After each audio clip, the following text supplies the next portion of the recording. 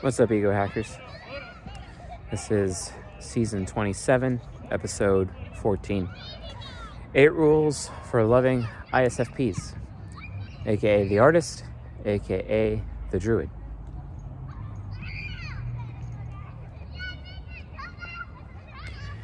It's taken an extremely large amount of time to get to the point where I'm actually getting this season over with. It's taken a long time, but there's always so much content to do. I think we probably have potential for about 2,000 episodes left. It just keeps growing and growing and growing. And I'm always falling behind, far more behind than ever.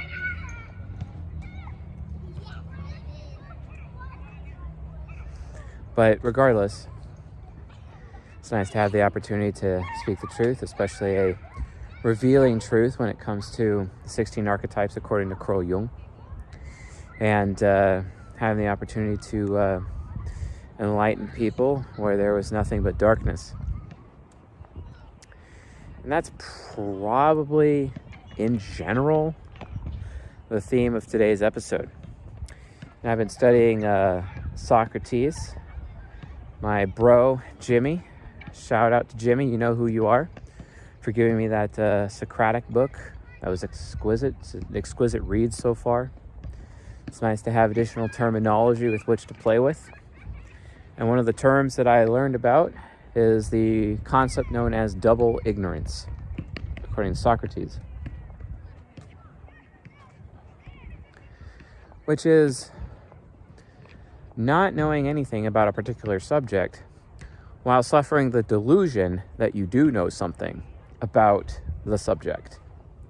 And that's frustrating. But that just happens to be how ISFPs in general live their lives. And out of the 16 types, ISFPs suffer from being delusional more than anyone.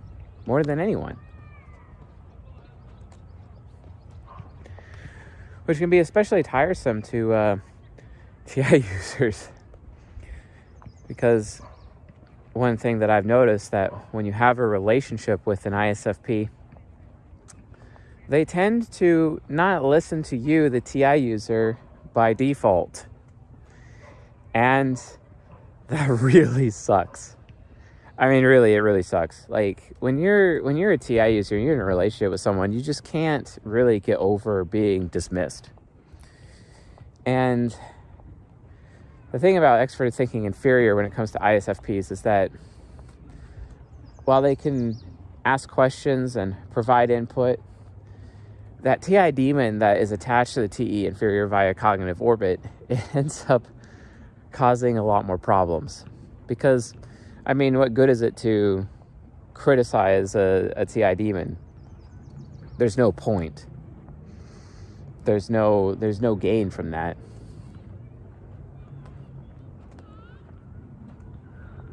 You're better off just letting the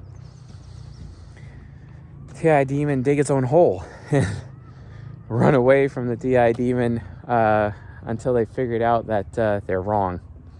Just make sure that you're not around to clean up the mess. Because, it is written in the book of Proverbs, a way seems right to a man, but in the end it leads to death. Oftentimes, that's just kind of how I view ISFPs. They think they're doing good. They think they're doing the right thing. They think they're being pretty smart. But the reality is, it's not the case. They often teeter-totter between being entirely foolish or being entirely wise. It's kind of a fascinating thing to watch, especially since as they get older and older, they obsess over metaphysical concepts. It's one of the things I really like about them. Dang, the wind is starting to pick up. That sucks. Not really down for so much wind right now.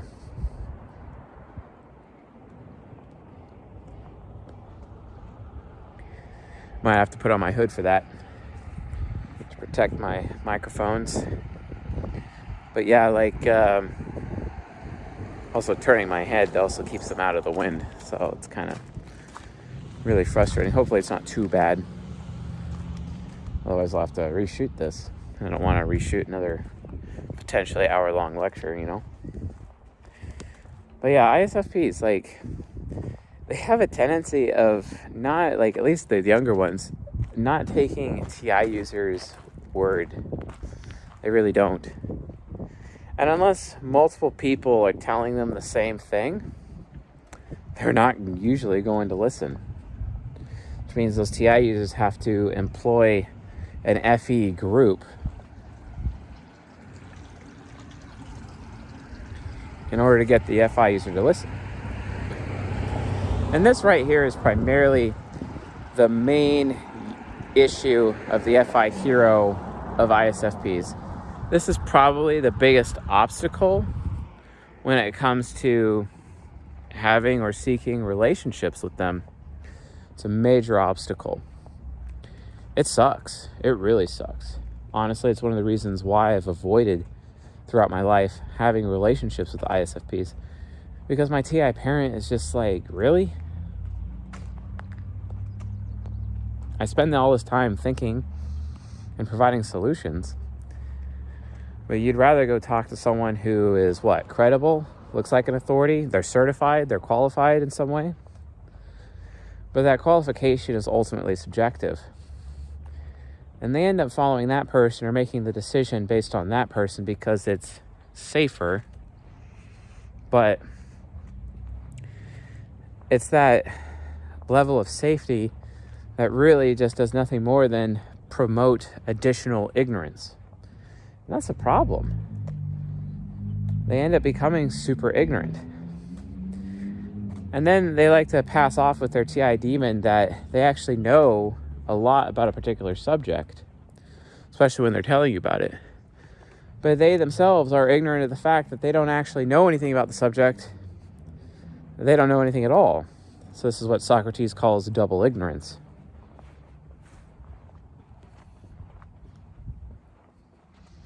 I think that's why, overall, ISFPs end up being attracted to ENTPs like myself, ISFPs, that is. ISFPs end up being attracted to ENTPs like myself, but the problem is, though, is that the closer they get to you, the less they actually listen.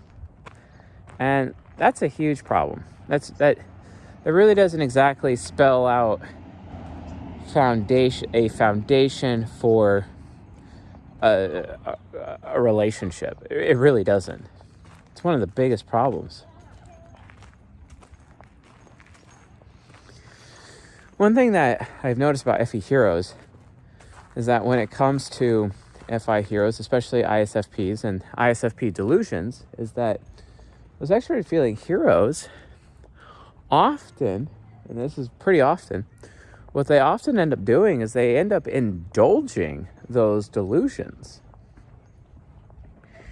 And in my opinion, that's one of the worst things you could ever do to an IS. That's akin to selling them downriver. Indulging delusions, because on the one hand, you criticize them, right? Or you tell them they're wrong, right? They get mad. They're not going to listen. They're really not going to listen. It's just not going to happen. But then if you indulge their delusion at the same time, it'll make them happy for a time. But then they'll find out that they're wrong, naturally. And then they'll blame you for not telling them. So it doesn't matter what you do, you're going to lose. You're going to lose entirely. So from my point of view, my very biased point of view, oftentimes, at least for me being TI parent, a sexual relationship with an ISFP, at least a long-term one, is a losing prospect. And I have a really, really hard time being in the presence of an ISFP who's not willing to take me at my word above every other person in their life. Every other person. If they're not willing to do that, I just cannot be in a relationship with them. And then I end up being that person that just decides to arbitrarily literally not follow the 8 rules. Have nothing to do with the 8 rules. Seriously. Most people would assume that the first rule for loving ISFPs is actually all about, making them feel good, making them feel important, making them feel valuable. The problem is that if you indulge FI Hero in doing so, it will backfire.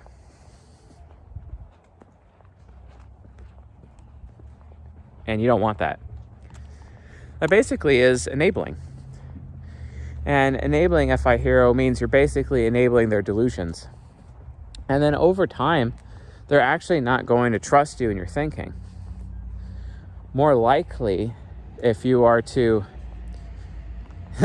criticize them or at least correct them, in the long run, they're more likely to respect you, and the long-term relationship has a higher chance of working. But again, folks, it's still a lose-lose situation. It doesn't matter what you do. They're going to be upset at you. They're not going to like you. And to crusaders like myself, this is untenable. Now, granted, their golden pair, an ESFJ with their introverted sensing parent and their extroverted feeling hero, they're able to put up with it. They're able to indulge. And it's that kind of indulgence that a lot of people are just not really aware of, the risk. But it will come out and bite you in the butt later. So personally, with my personal bias, I find ISFPs very frustrating. But honestly, that's really born out of inexperience. I don't really have much experience with good ISFPs. ISFPs willing to listen. ISFPs to prioritize my word above everyone else in their life. As women, members of the opposite sex. For me personally, I just haven't experienced that. I really haven't. And that can be pretty hard. An ESFJ can go in there, establish familiarity, establish rapport, try to coax interest and desire out of the ISFP, but eventually the TI inferior will end up becoming a problem. But that's kind of why ISFPs can handle or prefer being with TI inferior, because TI inferior is not exactly as threatening to their delusions. And what ends up happening is that ESFJs allow ISFPs to be delusional over a certain amount of time, basically. It just sort of happens. The delusion just happens. They end up enabling it, whether they're aware of it or not. So that sucks. And it actually can potentially slow the growth of the ISFP over time. Whereas someone like me with TI parent, as blunt as it is, as harsh as TI parent can be, specifically for ISFPs, we can be sharp enough to sharpen them. To them, though, TI hero is just way too strong, way too powerful, way too arrogant, way too prideful for them to even be able to handle. And their TE inferior just gets crushed. And that leads to their SE parent getting ragey. That leads to their TI demon coming out. And they'll just tune you out.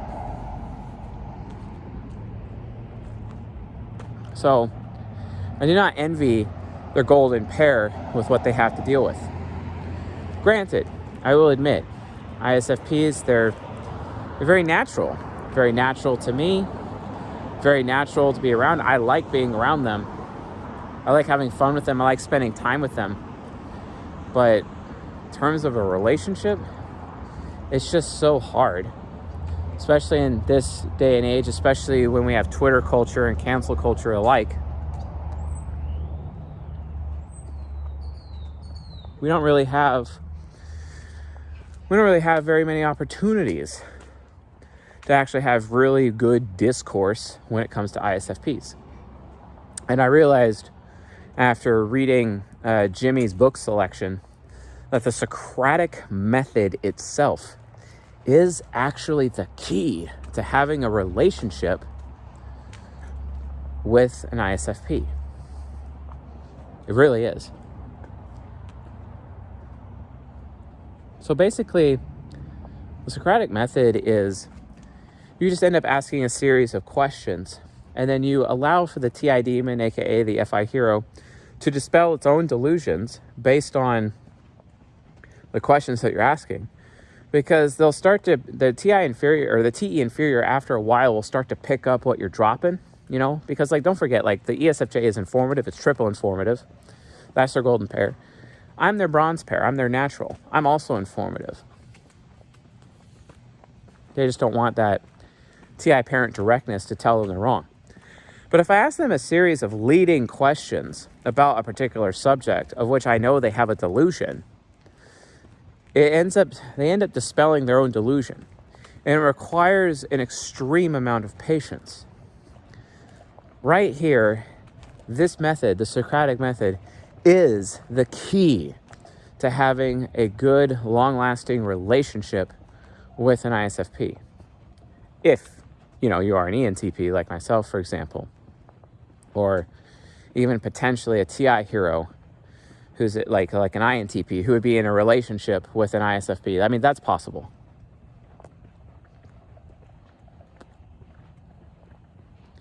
Losing it.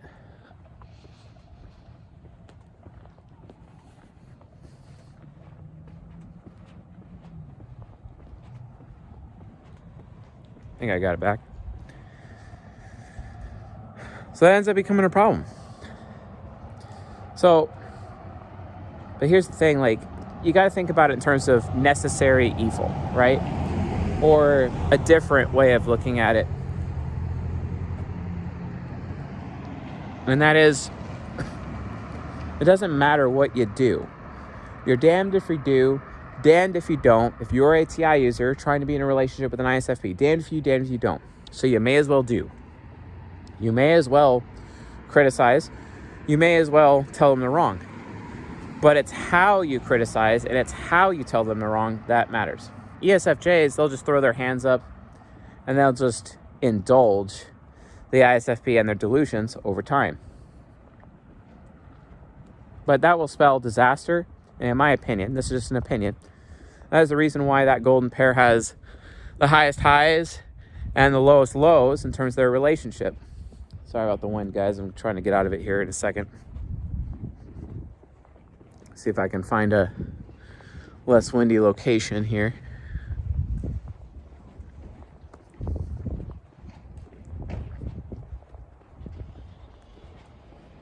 So, if you use the Socratic method, their ego is not offended because they themselves are given the opportunity to dispel their own delusion that they may have about a particular subject.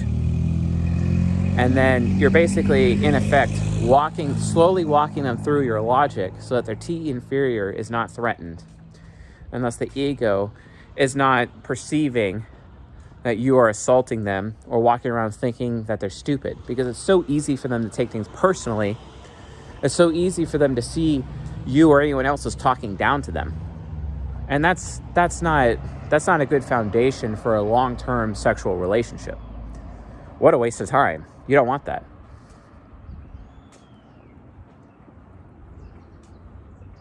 Trying to finish this.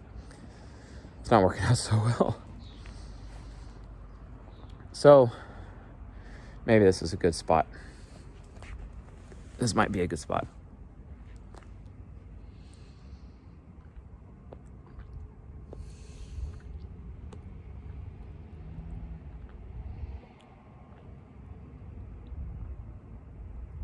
So, rule number 1 is obviously do not indulge their delusions, but help them dispel their own delusions. Out of all the 16 types, there is no type that is more delusional than an ISFP. The reason why is you have that FI hero combining with the NE trickster, not knowing the consequences of their own thinking. Oh, it's so difficult. It's so difficult to deal with. And it's not their fault. But you have to have enough patience to be able to get through that. And that's the other thing.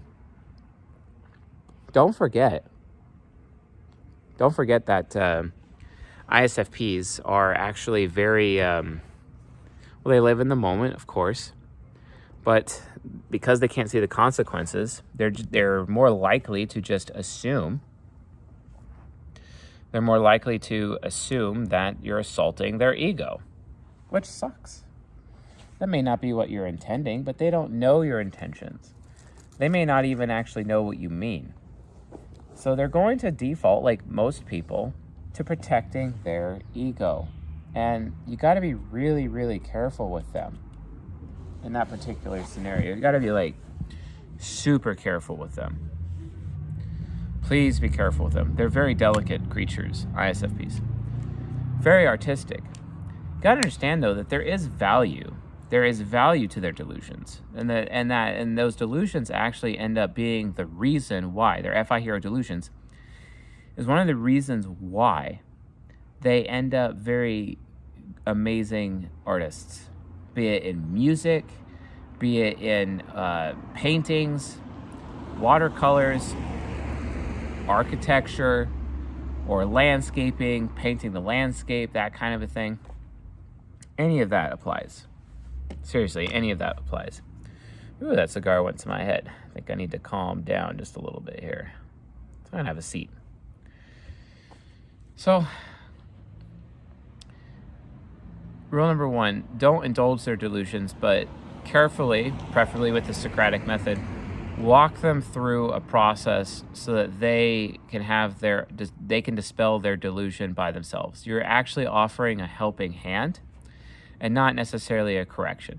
Now, granted, sometimes in your relationship, you'll end up being in a situation where you will have to correct them because it could be an emergency situation. But rule number two is really, really mega important in this area because it will require an extreme amount of patience on your part to be able to help walk them down the path to dispel their delusions. You know, remember, they have ENTJ subconscious. They are ultimately becoming an intellectual eventually down the road in their life. But it's so easy to offend their ego, especially when they have any trickster. They don't know what you want to say. They don't even know what you mean because of any trickster. They know what they mean, but sometimes they don't know the consequences of what they mean. And sometimes what an ISFP means to their FI hero is based on a delusion itself. So the only thing you could do is have enough patience to be able to run them through the Socratic method. But this is also kind of where rule number 2 comes in, which is you need to have the patience of a saint. That is rule number 2. Have the patience of a saint. Why is that necessary? It's because they're outcome focused. And they're trying to see what the outcome of the conversation is, what you're saying. But if you're willing, like an ESFJ would or like an ENTP would, to take them by the hand and walk them through this logical or even intellectual journey about how they can arrive to a conclusion that will dispel their own delusion and actually increase their own intellectual side within their subconscious,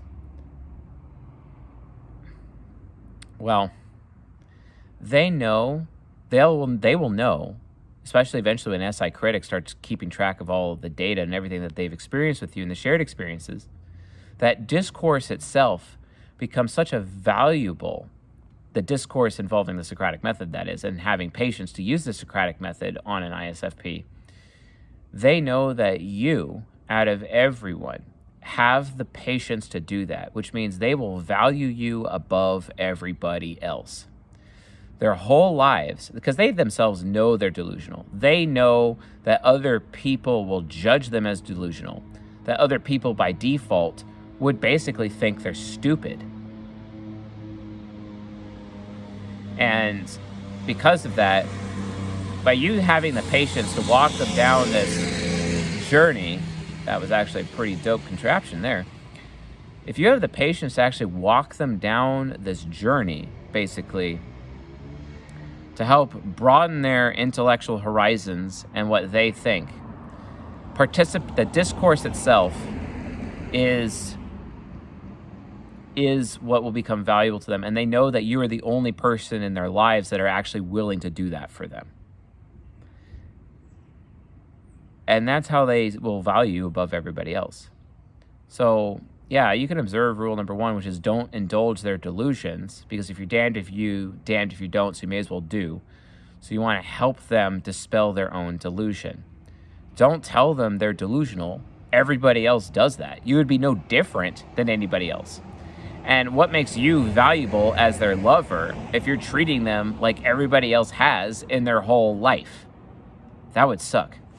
The problem is that ISFPs themselves lack patience.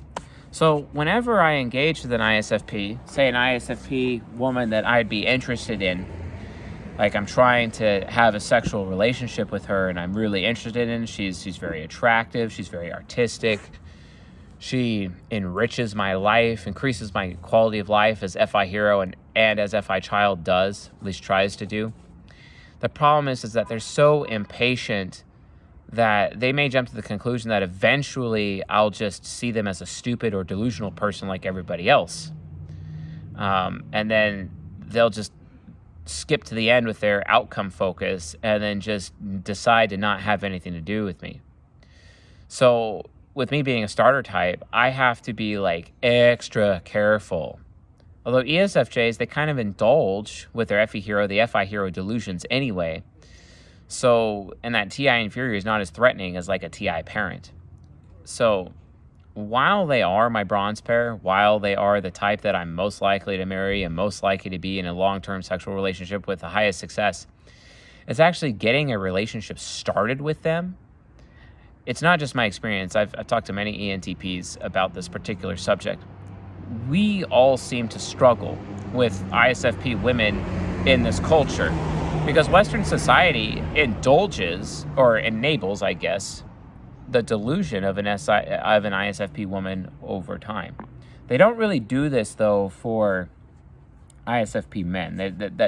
That's really not a problem because men in their circle, honestly, especially like if they're on a construction project, like coworkers, that kind of thing, shoulder-to-shoulder relationships with other men, ISFP men end up having their delusions beat down. But because ISFP men don't actually have a support structure with society, they end up being able to take criticism over time. But an ISFP woman, not really. If you guys notice in the hypocrisy of the INFPs episode within behind the paywall with the private lectures, the premium lectures that I offer, in those lectures, specifically the INFP one, the hypocrisy of the INFPs, I basically tell people don't even bother criticizing them. This is why NJs, when they're around INFPs, NJs just completely retreat because they know that there's really nothing they can do. You want to have a similar approach with an ISFP. Don't necessarily criticize them, but the thing is you can't let them off the hook either. And you have to have that patience to be willing to use the Socratic method to help them go on this journey to dispel their own delusions. That way their ego is not hurt, and then they themselves grow and end up becoming better. They end up able to harness reality. The reality of the life that they live, the reality of anything in their life, the reality of now, because you have patience. And they're able to learn more about their reality because you have patience with them. That's why rule number 2 is so important. It's so important. So those are the top 2 rules, but they really, really work together in tandem for a better outcome. Because remember, they're always going to try to skip to the end because they're outcome focused. That's just how FI Hero is. Because remember, FI Heroes really exist. They have their own sense of morality. They know what they value, but they're really only going to go out of their way to cherry pick ideas that pre-fit what they already believe, pre-fit what they already value. Which, if you think about it, it is the source of delusion. But the thing is if that delusion is being indulged, if it's being enabled by society or somebody, people in their family, people closest to them, if they're being enabled, they're actually being set up for failure, and they're really actually going to be unhappy in life. That's why, like, I'm a crusader. ESFJs, they're a crusader. ESFJs are their affection type. I'm their natural type, in terms of sexual relationships. They won't grow. Their growth will be stunted. They won't actually be happy people with their delusions being enabled. Now, an INFP may make that distinction. But the thing is that eventually the ISFP will realize that the more delusional that they are, the more their performance just sucks. And they can't live with themselves knowing that they're a poor performer. Now, ISFP men don't really have this issue because eventually the men in their life will grind them down and they will learn over time how to take criticism. That's ultimately the journey of TI demon to TI angel, basically. But an ISFP woman, not so much, especially because of society's enablement, their own internal solipsism, which means that by birth, they are more entitled than men in their life. An ISFP man would not be as entitled. They'd be more self-sacrificing than an ISFP woman, whereas an ISFP woman is more likely to be entitled and more delusional, which makes it really, really difficult for me, a TI parent, to just, be around them. So I have to use my SI aspirational, and I'm just sharing my experience here, guys, so that you guys can just understand just how delicate ISFPs are, especially ISFP women. They're like the most delicate, beautiful flowers that are in the environment, and they just flitter in the wind. They're just so cute. You just die of cute around them. And they're just so delicate. And you could just sense, as a crusader, if you are a crusader with them, you could just sense how delicate they actually are. But the thing is that their golden pair ends up at a high risk of enabling them. Now, granted, the natural type, also known as the bronze pair, I've consistently said that the bronze pair enables people the most. And that can happen. However, because I am progression or movement, and they are outcome or control with their interaction styles, it ends up becoming a bigger problem. It ends up there's not as much enablement when it comes to an ENTP man to an ISFP woman relationship. Basically, there's not as much enabling. The enabling would probably more happen from her towards him in the long run, and not as much from him to her. So keep that in mind, because, my SI inferior is still at risk of having similar depravity to what an ENFP's SI inferior would have. Definitely. And I guess some of the ways that I would end up enabling her would be enabling her deadly sin of greed. But, if she goes out of the way to be the object of my envy, or at least the reward of my hard work that my deadly sin envy causes in me, like going, maximum effort, Deadpool, Ryan Reynolds style, because, they would inspire me to put even more effort. Why is that? Because they're very diligent people. You never want to get in the way of their diligence, which that's actually rule 6. Don't get in the way of their diligence. Like, if they're on something, stay out of their way. Seriously, that's rule 6. But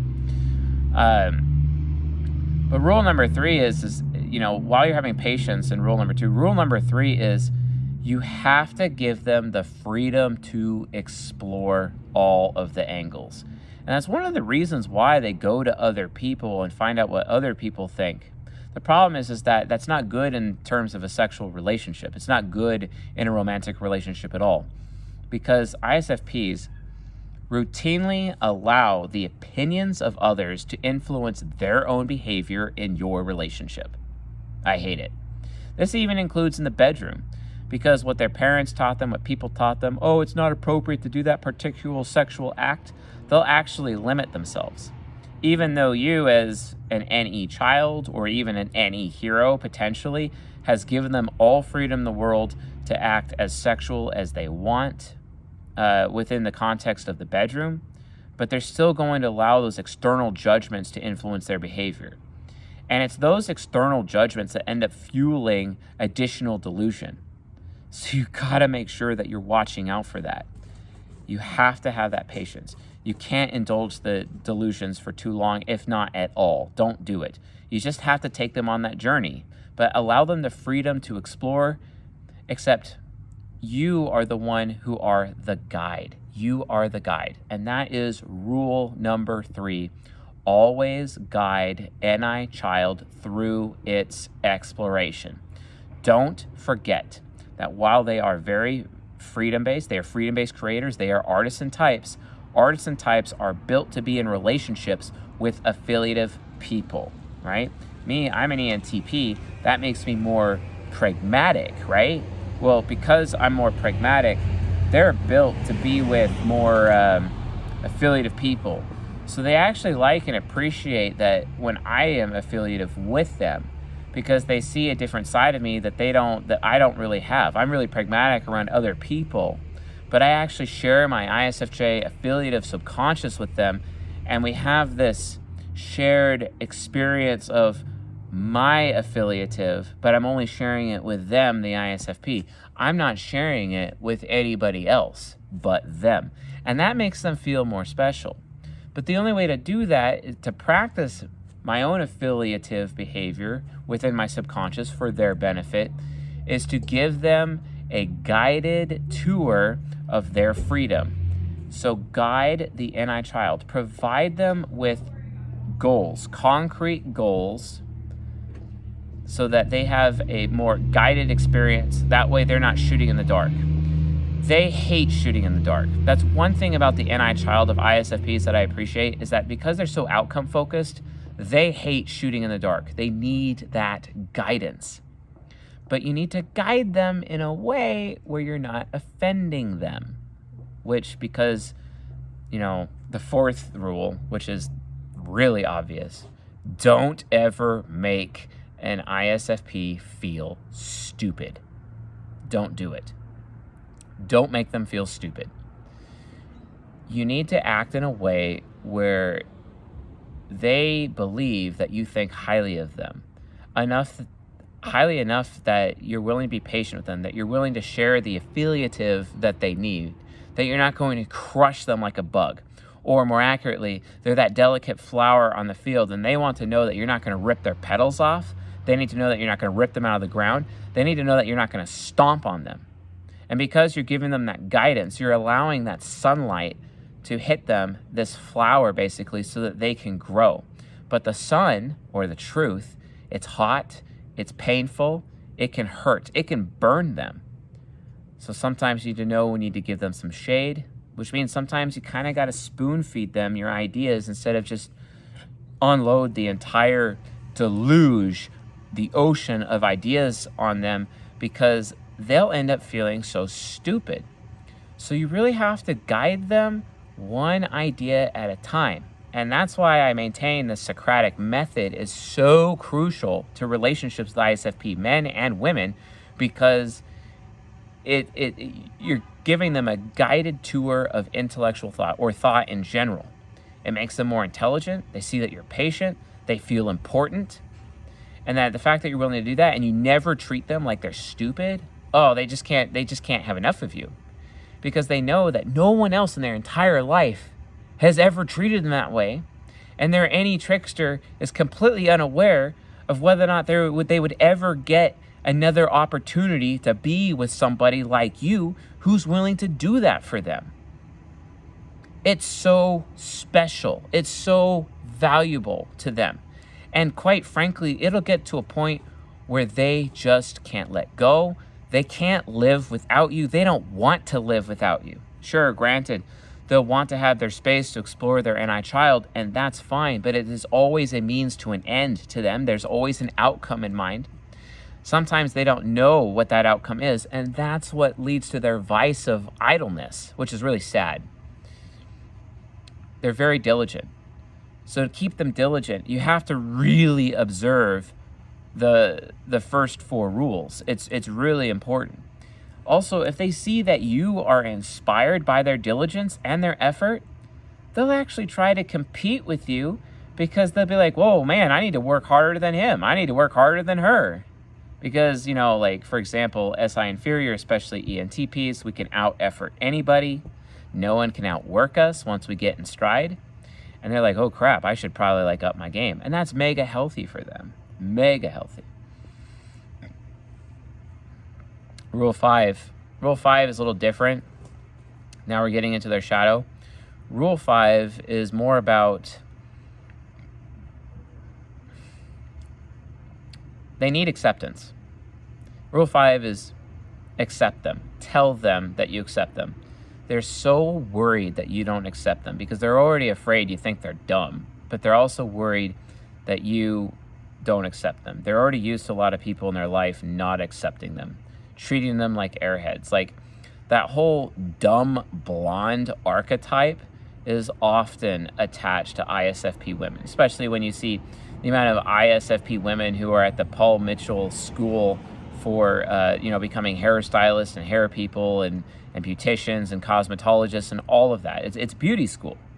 Well, they oftentimes are judged by other people to be that dumb airhead blonde.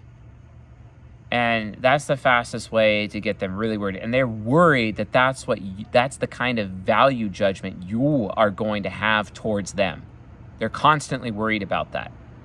So you, as their lover, it is your duty to make sure via concrete action with words and deed. And believe me, they love words. They love praise. They love praise because they're an FIT user. And FIT users love praise, and praise really helps heal their inferior function when they're hurt. But really, you need to make sure that they understand consistently, because they'll need a lot of reassurance when you're in a relationship with these people. You need to give them acceptance. You need to make them feel accepted. And they also need to see that you accept them more than most people, that they're different, that they are at a higher level above other people because you accept them. So make sure you give them that acceptance. The problem is that oftentimes, FE heroes, especially ESFJs, their golden pair, give them too much acceptance, and that can end up enabling their delusions, men or women. Although the problem's worse with women. It's not as bad with men. But it's still a risk, and you need to be aware of that risk. Very much so. So make sure you're going out of your way to not do it too much, but just enough so that they're not worried about it, that they understand that you accept them. Praise helps because it heals the inferior, and sometimes energy from the inferior may bleed into the nemesis. It can happen.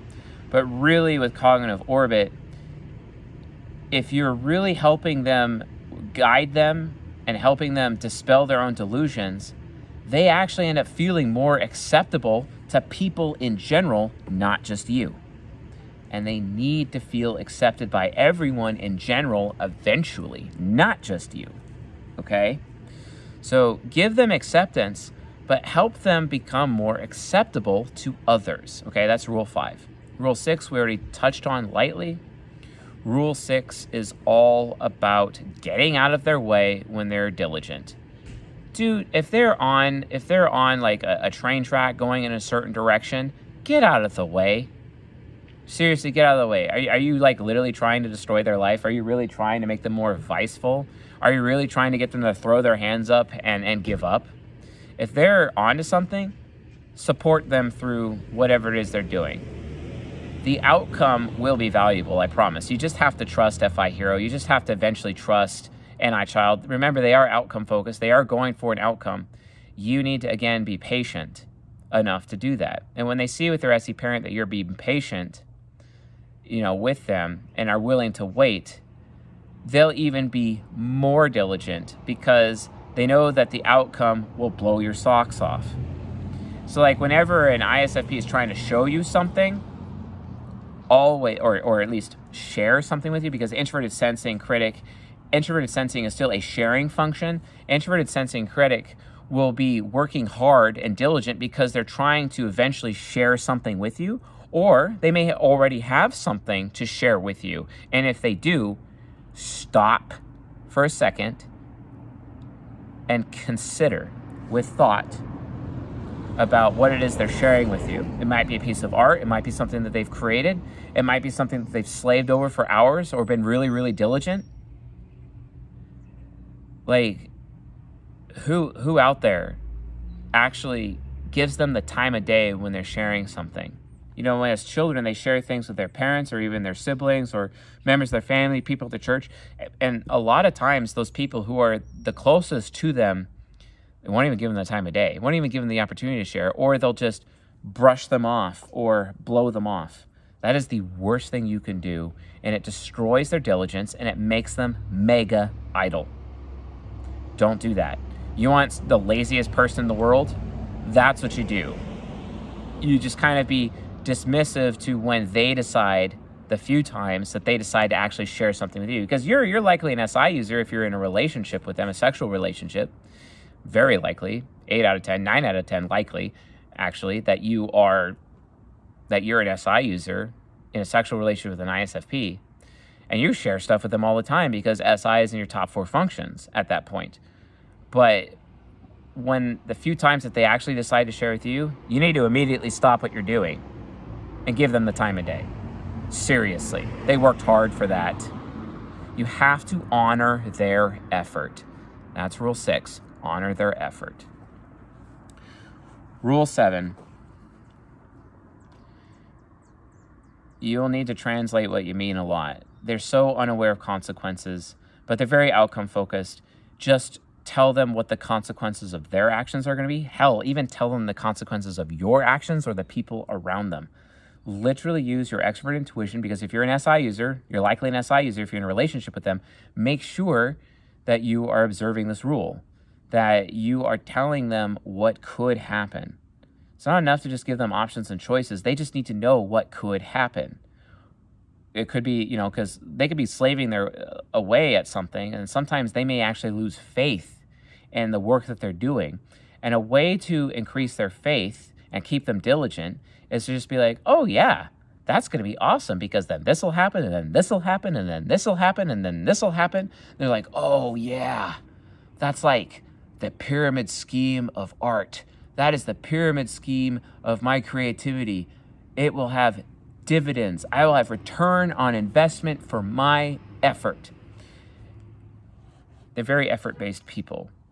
And I think that's one of the reasons why it's so natural for me to be in a sexual relationship with an ISFP, or any ENTP for that matter, because we're the bronze pair, because ENTPs respect effort the most, and they're so diligent. We sometimes try to out-effort each other. It's so interesting when that happens. And then when that happens, it's like, okay, yeah, but you need to make sure that they understand the consequences of their effort, and you need to make sure that they understand the consequences of your effort and the effort of others.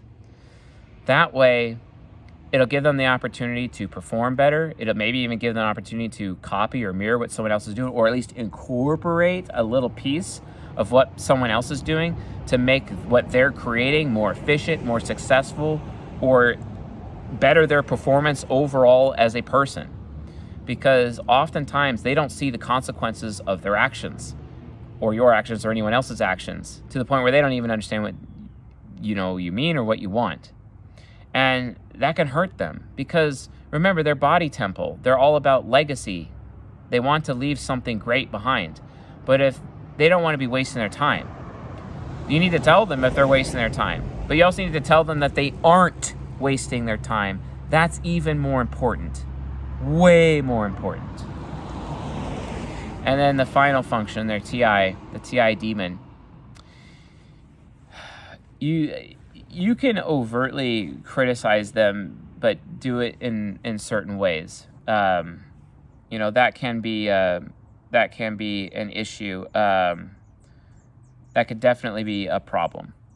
So just be aware of that. Like the TI demon, it's more of like, you need to give them the room to let that TI demon become an angel, where they can discover the truth, where they're dispelling their own delusions, such that the few things in life that they know to actually be true, you want to be a part of that internal truth, that positive truth in their life, because to them, the truth of the reality of the world just absolutely sucks. And that's why they are delusional, because the delusions actually give them more enjoyment in life. Help them see that truth actually can be enjoyable. Help them see that there is hidden truths, hidden messages behind what they create, behind their legacy. It's super important. It's everything to them. So, but really, like, it comes down to, like, you just got to listen to them. You just have to be willing to listen to them. It's how they sharpen their thinking. It's how they sharpen their ability to intellectualize. It's how they, it helps them engineer better solutions, basically. So be careful when you're overtly criticizing them. You still need to criticize them. You're just going to want to do it covertly criticize them, which is really hard to do. It's hard to explain. But again, Socratic method, because cognitive reflection in terms of the hero with their FI hero, it's the same type of thing. But really, the thing is that you're never going to get them to listen to you. You're never going to get them to listen to you. And they need to listen to you in order to dispel their delusions. But why would they ever want to listen to you if you're not going to bother to listen to them and actively do so and act accordingly? So rule number 8 is seriously practice active listening. Practice active listening so that they're more encouraged to listen to you, so that they're more encouraged of prioritizing your thoughts above everybody else in their life, so that they're not allowing other people's judgments to get in the way or get between you and them in the context of your sexual relationship with them. They need you to listen, because by you listening and then filtering out what they say, filtering out the delusion, they themselves naturally over time will start to filter out people. But then naturally at the other time, they'll actually start listening to what is actually valuable out there, the valuable truths. They'll actually be able to collect valuable truth. But if you're not going to listen to them, what makes you think they ever will listen to you or anything that's actually meaningful? It's not going to happen.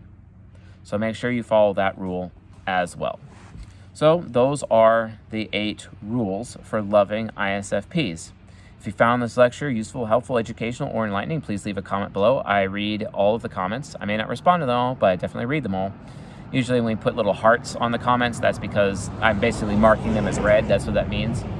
If you guys want to learn more about the ISFP archetype, go to csjoseph.life/members, become a Journeyman member, watch the ISFP videos that we have behind the paywall.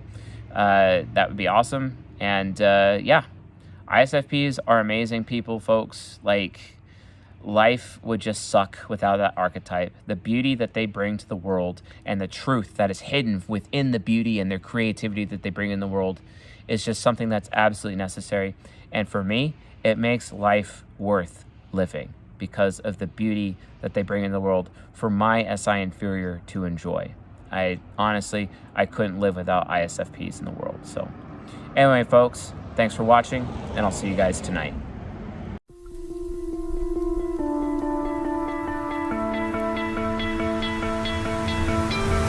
You stole